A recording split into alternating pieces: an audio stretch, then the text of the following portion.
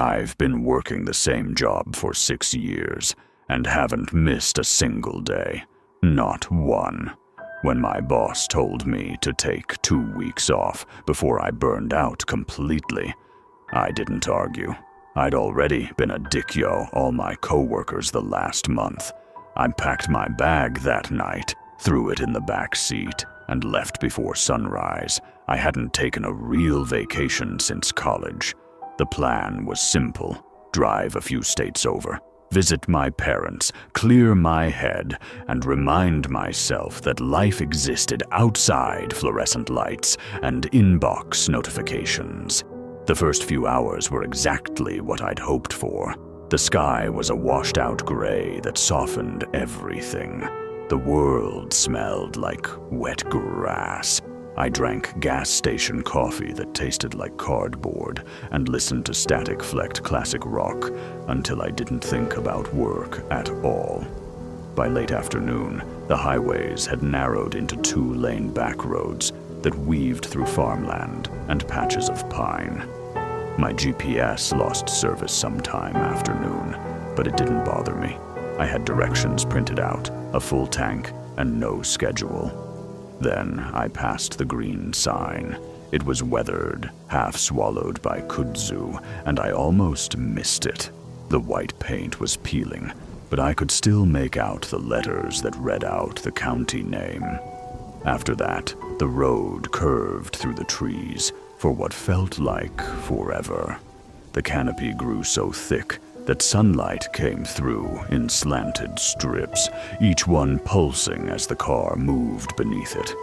I rolled the windows down to clear the smell of the engine and felt the air shift, warm, heavy, still. When the woods finally opened up, I saw it. A small town sat in the valley ahead, quiet and neat as a painting. The houses were all white with green shutters, the lawns perfectly trimmed. A church steeple rose above everything, and a narrow main street led straight to a diner with a silver roof that caught the last of the daylight. At the edge of town stood a sign. The paint was fresh, the wood new. It didn't list a name or population. It only said, "Welcome home." I slowed the car, smiling at how odd it was to find a place this quaint without a single GPS marker. Maybe it was one of those old, forgotten stops that used to sit along the main roads before interstates were built. A few people were out, an old man sweeping a porch, a woman watering flowers. They all turned to look as I passed, and though I couldn't see their faces clearly, I could tell they were smiling. The diner was the only place that looked open. A faded neon sign buzzed weakly in the window. I hadn't eaten since breakfast, so I parked out front and went in. A bell jingled above the door, and the smell of coffee and frying oil hit me. The place looked spotless. Linoleum floors, booths with red leather cushions, framed photographs of old cars and parades. A woman behind the counter smiled before I could say a word. "Afternoon, sugar. Sit wherever you like," her name tag said Edna. She looked to be in her 50s, hair curled and pinned, makeup perfect in that old-fashioned way that made her seem almost ageless. I ordered a cheeseburger, fries, and a black coffee. She didn't write anything down, just said, "Coming right up, sweetheart," and vanished through the kitchen doors. I sat by the window and watched the town through the glass. The street was nearly empty, but I could feel eyes on me, people glancing from doorways or windows, quickly looking away. It wasn't threatening, exactly. More like curiosity. When Edna came back, she set the plate in front of me. "You're not from around here, are you?" "Just passing through," I said, taking a bite. The burger was perfect. Juicy, crisp on the edges, cooked exactly how I liked it. "This is great, by the way," she smiled, almost shyly. "We aim to please." "Is there a road that leads back to the interstate?" I asked. "My GPS kind of died on me." "Sure thing. Just take the road you came in on, sweetheart. It'll take you anywhere you need to go." Her tone was casual, but something about the phrasing made my stomach tighten. I thanked her, paid, and left a few extra bills on the counter. She gave me a small wave through the window as I backed out of the parking lot. The sun was low, orange light stretching the shadows across the road as I headed out the same way I'd come. The air cooled, the woods thickened again, and for a while I drove without seeing a single car or sign. Then I came around a bend and saw the same "Welcome Home" sign again. At first, I thought I'd made a wrong turn, but I hadn't taken any turns. I'd gone straight the entire time. The diner was there, the church, the houses, everything. I checked the clock.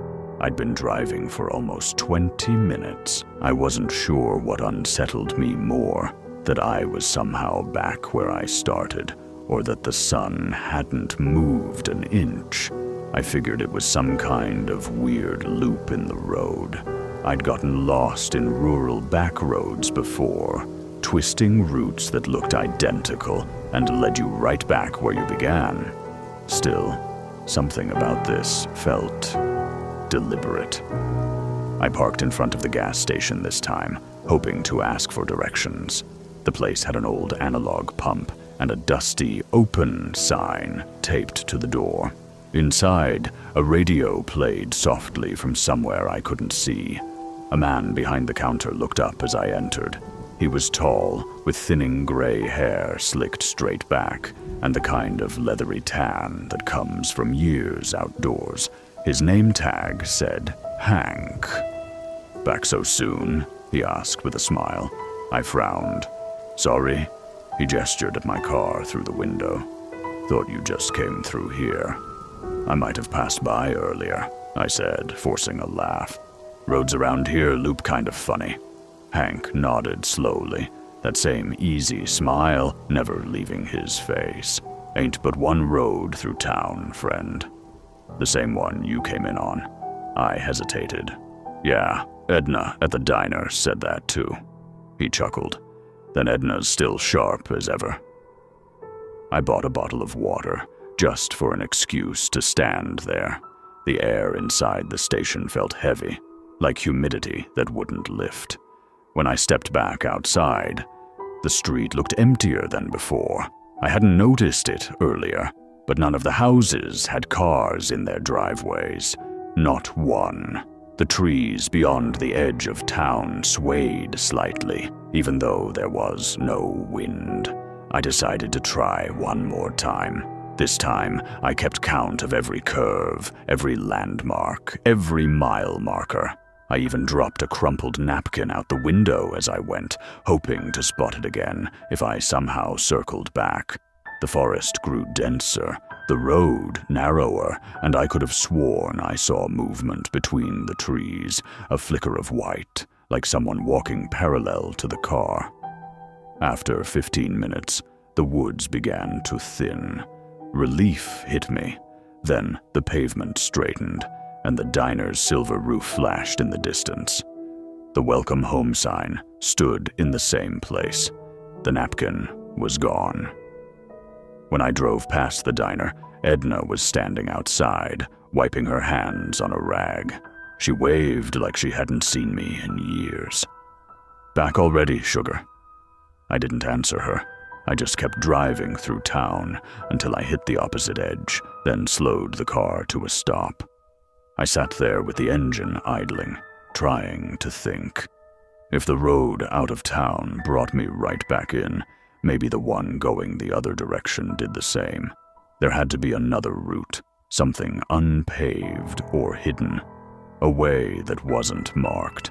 I drove aimlessly for the next half hour. Every road ended in a cul-de-sac or a fence. Every turn circled back toward Main Street. When I finally stopped again, the gas gauge had dropped below half. The thought came slow, but sharp. I could run out of gas before I figured this out.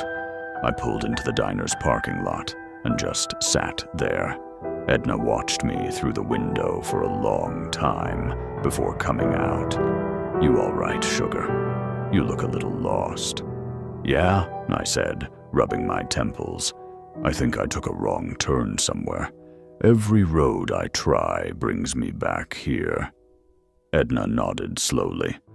"Well, these roads'll do that if you don't pay close attention. Some of them go where you don't mean to. That didn't make any sense. Is there a map I can borrow? Or maybe someone who can point me toward the interstate?" "Sure," she said. "You talk to the sheriff. His office is just across from the church." She smiled again, too kindly, too calm, and went back inside before I could ask anything else. The sheriff's office was a single-story brick building with a flagpole out front. The flag hung limp in the still air. Inside, the walls were covered in old black and white photos, county fairs, hunting groups, smiling faces from decades ago. A man came out from the back room, wearing a tan uniform and a badge that looked more ornamental than functional. He was big, built like a farmhand, with a heavy mustache and a gentle drawl. "Afternoon," he said. "Heard you were looking for me." I explained what was happening, how I'd tried leaving, how I kept coming back, how I didn't understand what I was doing wrong. He listened quietly, nodding every so often. When I finished, he smiled like I was a child who'd asked where the sun went at night. "Don't worry yourself," he said. "These roads play tricks sometimes. Folks get turned around. You just follow the main one till it splits by the old barn a few miles up. Take the left fork, and you'll be back on the highway before you know it." "Barn?" I asked. "I haven't seen any barn." He chuckled. "You will now. Sometimes it don't show till you know to look for it." Something about that phrasing sent a ripple down my spine. Still, I thanked him and left. When I got back into the car, I saw him standing in the doorway, still smiling, still watching. I drove until dusk. The light through the trees dimmed to a dull bronze, then fell away completely. The road narrowed, dipped, rose again. For a long time, I thought I'd finally broken free. Then the forest opened, and the same welcome home sign glowed in my headlights. I stopped the car right there in the road. My heart was pounding so hard it hurt. The sign looked newer than before. The paint was brighter, the letters sharper, and the church bell was ringing. I don't remember parking. I don't remember deciding to go inside. I just remember standing in the street as the bell stopped, and the town went quiet again. The diner lights were off. The gas station was dark, but the church doors were open, spilling a pale glow onto the grass. Inside, candles lined the walls. The air smelled of wax and dust. There were no people, no sound except my shoes on the wooden floorboards. At the front of the chapel was a small wooden podium, and behind it a painting. Jesus standing with his arms spread, but the face wasn't his. The eyes were black, the mouth wrong, stretched in a way that made me step back without meaning to. I turned and left. When I got outside, the sky had shifted. It wasn't night exactly, but it wasn't dawn either. The clouds looked frozen mid-roll, and everything had that soft gray cast like an old photograph. I decided to find a place to sleep and try again in the morning. The diner's sign flickered faintly as I passed. The motel was small, a single row of rooms with green doors. The clerk behind the desk looked up when I came in. "You're the new guest," he said, not even asking my name. "We don't get many new faces these days." His smile was the same as everyone else's, warm, fixed, too polite. "How much for a night?" "Don't you worry about that," he said. "You can settle up when you leave." The way he said it made my throat go dry. The room was clean, but outdated. Rotary phone, floral bedspread, one of those old TVs that took a minute to warm up. When I turned it on, only static played. But beneath the static, I could swear I heard voices whispering. Not words, just sound. I turned it off. At some point, I must have fallen asleep. When I woke up, sunlight was spilling through the curtains. For a brief, blissful second, I thought I'd dreamed everything. Then I stepped outside. The car was parked where I'd left it, but the street looked slightly different. The buildings were all the same, but their colors had faded, as if the whole town had been sitting in the sun too long. When I drove down Main Street, more people were out this time. A man mowing a lawn, 2 kids riding bikes. They all waved cheerfully as I passed. I waved back, then froze. The kids, they were the same ones I'd seen in the photo at the sheriff's office, the same clothes, the same smiles. And when they rode by again, from the opposite direction this time, I realized the dirt on their jeans hadn't changed either. They were looping too.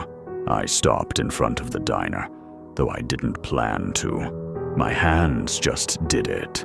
Edna was there again, wiping down a table by the window. She looked up, smiled, and mouthed something I couldn't hear. I went inside. "Morning, sugar," she said brightly. "Coffee?"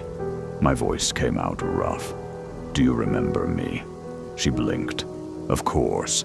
You were in just yesterday." "No," I said. "I mean before that, the first time.